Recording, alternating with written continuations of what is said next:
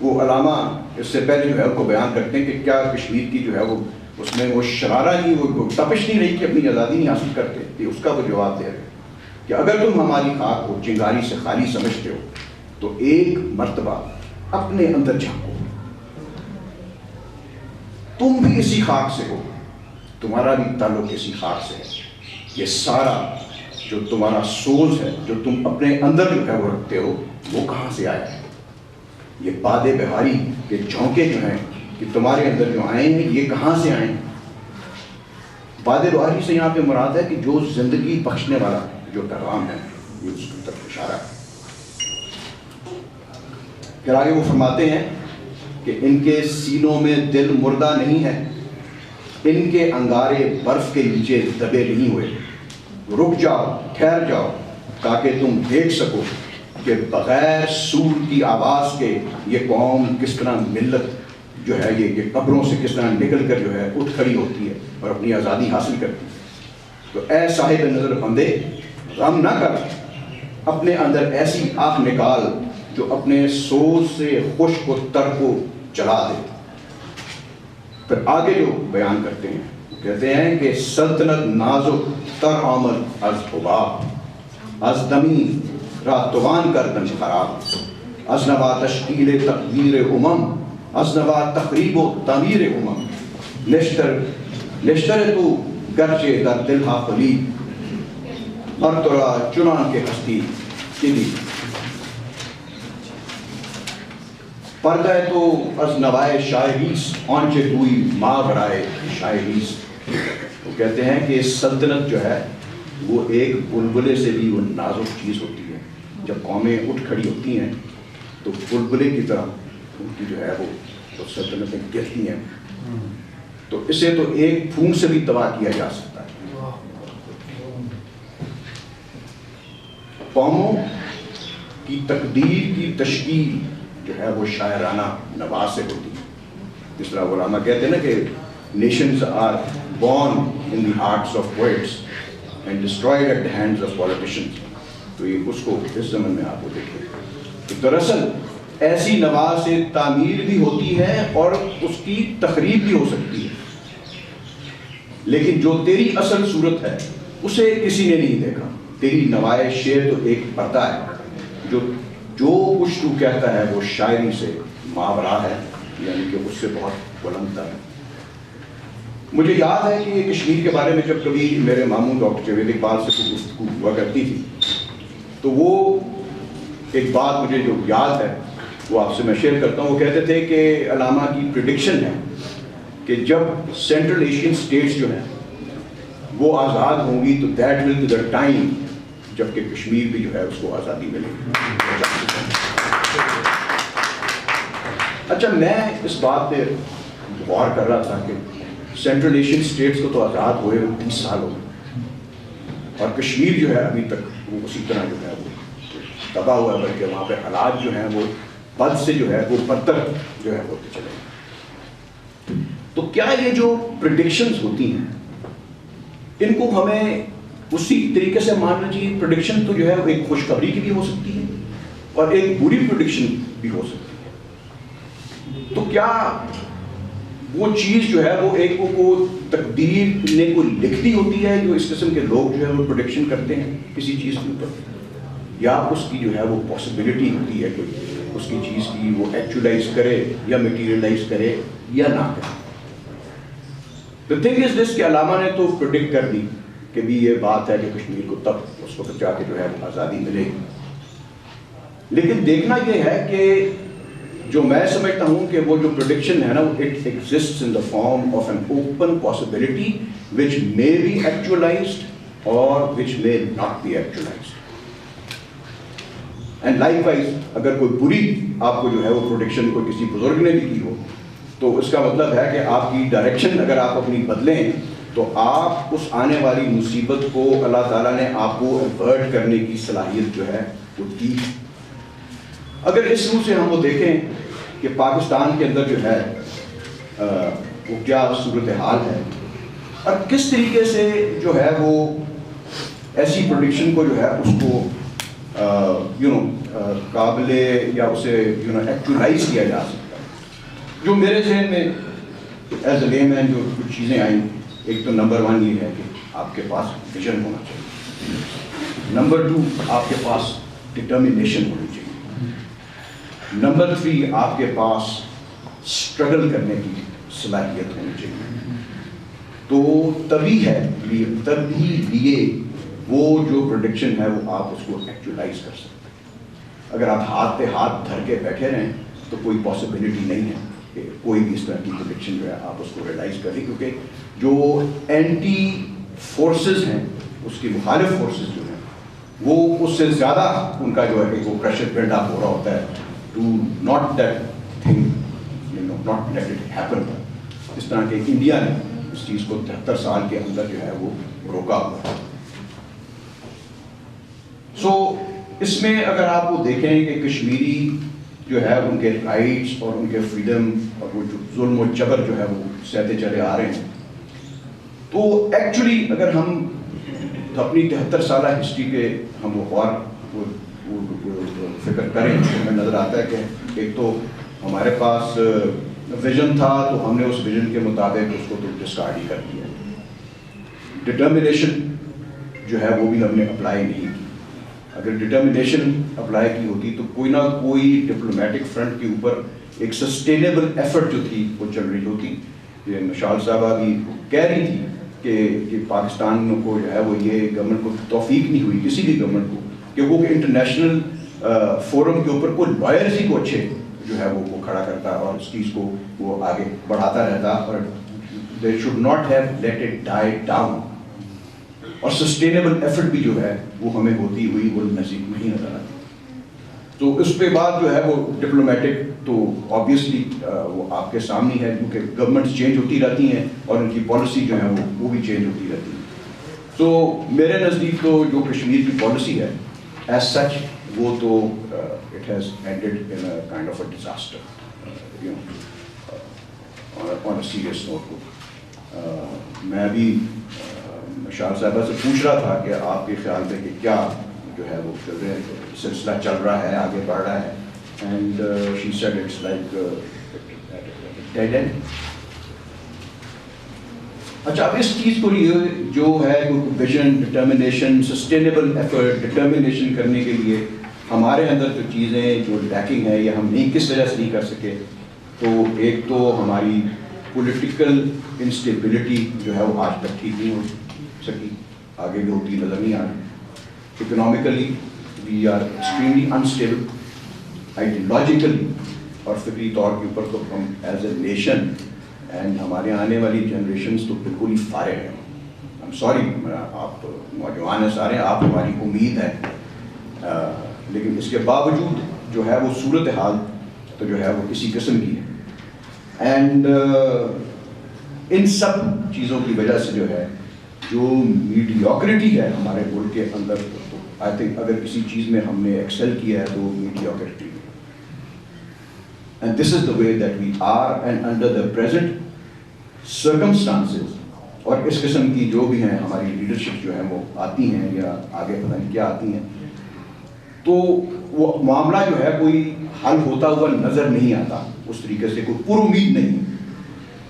And on the other hand اگر آپ وہ دیکھیں تو انٹرنیشنل سچویشن ہی اب ایسی بن چکی ہوئی ہے کہ سوائے اکنامک گین کے جو ہے وہ کوئی حکومت جو ہے وہ کسی کو انٹرٹین کرنے کے لیے کسی مسئلے کو تیار ہی نہیں ہے. اب انڈیا کے ساتھ اتنی زیادہ اکنامک ٹائرز ان کے ہو چکے ہیں کہ وہ سارا کچھ آپ کا کیا وہ مطلب آپ ویسٹ کو کیا کہیں, آپ کے تو مسلم ممالک نہیں ہیں آپ کے ساتھ. اور سب سے بڑھ کر آپ یہ دیکھیں سعودی عربیہ ہمارے جو ہے وہ سر کے اوپر وہ تھوپا گیا ہے ساری عمر. تو $75 بلین کی انویسٹمنٹ انہوں نے انڈیا میں جا کے کی انہوں نے, اور انہوں نے جو ہے وہ کشمیر کے ایشو کو ایک ٹیکری کے جو ہے وہ بھاؤ نہیں سمجھا انہوں نے. تو ان لوگوں کے پیچھے ہم نے جو ہے وہ ہماری حکومتوں نے لگ کے جو ہے اپنا جو ہے یہاں پہ ایک مذہب کا یا ریلیجس ماحول بھی خراب کیا, فرقہ بازی بھی یہاں پہ وہ بڑھائی, اور ان دا اینڈ رزلٹ کیا بنا. بہرحال یہ صورتحال ہے. اب اس کا آگے سے کیا سلسلہ ہے, کس طرح یہ ڈائریکشن لیتی, اس پہ جو ہے مشال صاحبہ اینڈ زیدی صاحب جو ہے وہ بہتر میرے خیال میں وہ نظر ڈالیں گے. And let's hope for the best.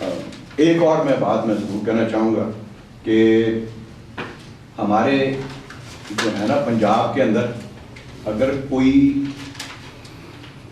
لوگ لڑے ہیں انگریز سے تو وہ کھرل لڑے. یہ کھرل صاحب بیٹھے ہیں.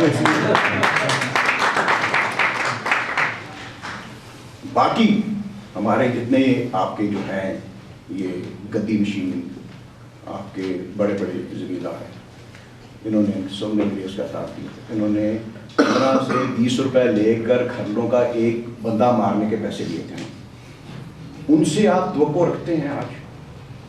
لک at people like Syed Iqbal, Quaid Azam, lowest class, lower middle class. Quaid Azam تو خود انہوں نے بنائی ہے, کچھ جائیدادیں جو بھی بنائی. اقبال, سر سید, جوہر بردرز, یہ سارے لوور کلاس میں. اینڈ یہی وجہ تھی کہ ان کے اندر مسلمانوں کا اور قوم کا درد دل تھا. تو یہ 10-10 روپے وہ غریبوں سے جو ہے وہ نذرانہ لے کے انہوں نے آ کے آپ کے جو ہے وہ قوموں کو سنوارنا ہے, اور ان سے آپ کو توقع رکھتے. تو یہ تو جب تک آپ ان پلرز کو نہیں گرائیں گے پاکستان نے کوئی ترقی نہیں کرنی. جو مرضی آپ کو تبدیلی کر لیں یا فلانا کر لیں یا ٹمکانا کر لیں, you will ultimately have to pull all of this down. And this is why Iqbal is not acceptable, he is not taught to you. اس کی ساری اس کی جو فکر ہے وہ ریولوشن سے بنی پڑی ہے. اور in the end میں آپ کو یہ کہنا چاہوں گا, میں تو اپنا پرسنل آپ کو تجربہ بتا رہا ہوں کہ علامہ کی میں نے 2 غزلیں بنوائی فارسی کے اندر. ایک تو پی ٹی وی نے چلا دی, دوسری انہوں نے انکار کر دیا اور انہوں نے کہا کہ یہ تو اتنی ریولوشنری ہے, اس کو ہم نہیں چلا سکتے.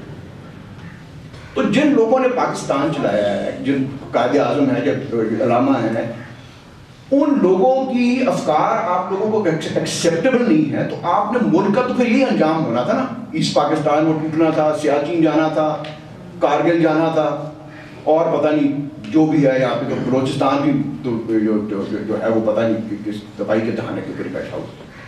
اینی وے, یہ میری ایک ویو پوائنٹ ہے, میری ایکسپیرئنس ہے, کیونکہ ہم نے بھی ساری گورنمنٹ جو ہے ان پاور دیکھی ہیں, فوج کے ساتھ بھی رہے ہیں, سولس کے ساتھ بھی رہے ہیں, اور اس مائنڈ سیٹ کو جو ہے نا وہ بڑی اچھی طرح سمجھتے ہیں, کیونکہ ہم نے سب کو قریب سے. آپ کا بہت شکریہ. It is a pleasure to have یونگسٹر.